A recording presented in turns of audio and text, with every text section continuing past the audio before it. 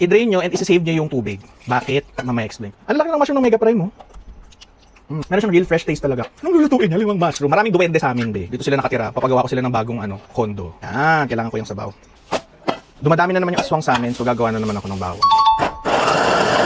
So ngayon, in a bowl, lagyan niyo na yung bawang. Then carrots. Balatan nyo lang. Pwede rin naman huwag nyo balatan. Wala naman akong pake. Ngayon, i-chop nyo lang siya.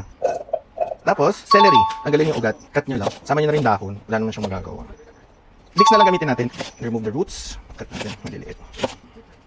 Alam, may bawang pa kadiri. Hindi siya malinis.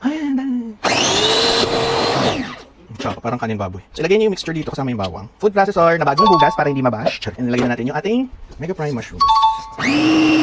Isama na natin siya dito sa mga friends. Mushroom. So, kung wala po kayong food processor, edi bumili ka. Pwede yun mga i-chop-chop kung kaya ng powers nyo, guys. Protein ng kokwa, no? Protein pa. Yan. Pwede nyo ulit lalagyan. So, paano siya magiging paste? Tofu paste. Abo ni Lolo, paminta from Lendish, garlic powder, onion powder. Saluin nyo na lang para isang haluan. Ito mga 5 itlog. Faith. Ang gusto ko nang lagyan ng konting soy sauce siguro para sa kulay. Suka para hindi agad mapanis. Harina ata to. So, ang goal natin is mawala yung moisture. So, pwede kayo mag-add ng flour hanggang sa manuyok siya. So, kuha kayo ng wax paper, isang peraso. And dito sa part na to, importanteng i-fridge nyo siya. Ng oil, butter or margarine. Abo ni Lolo, white pepper tayo dahil ayoko ng mga itsura ng buo-buo. Ngayon, kuha kayo ulit ng flour. Gagawa tayo ng roux. Gagamitin natin tubig is yung pinagbabara ng mushroom na ginamit natin from Mega Prime mushroom. So, ang goal ko kasi dito is may earthy notes pa rin or lasa pa rin yung pinaka-sauce na gagawin natin. Adjust nyo lang according to your liking or hanggang sa mawala yung mga crumble-crumble. Lagyan natin siya ng soy sauce, kiko man, ang gamit kong pampaala talaga. Lagyan natin ng Worcestershire, and chicken powder. Optional po. So, dito pa lang, titikman nyo na if pasado sa inyo. So, para na siyang gravy sauce. Parang mas masarap ilagyan ng konting cream.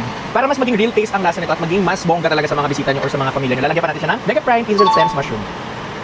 Spring onion. So, mag-a-add yan ng medyo herby aftertaste, social lasa. Kasi hindi siya nakakaumay. Perfect. Sobrang elevate na yung lasa. So, i-cool down lang natin to and balikan natin yung mushroom burger natin. Spring oil. Itatry kong prito siya ng rekta. Saka ko ipipress. Yan. Feeling ko pwede yun. So guys, optional na yung pag ganun-ganun. So at least nakita nyo pwede siya i-store sa ref. Pero kung niluluto nyo guys, kahit huwag nyo na palang i-shape. Parang pork yung niluluto natin. Bango. Ang bilis niya maluto, parang 5 minutes lang. Alam mo ka, burger. Ang happy ko. Di ba? Parang burger patty.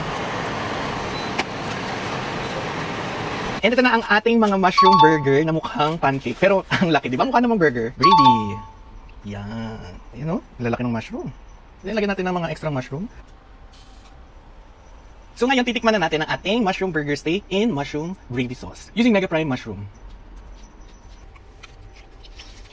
Ang sarap! Sobrang real na real yung lasa. 10 out of 10. So, kain na kami. Bye!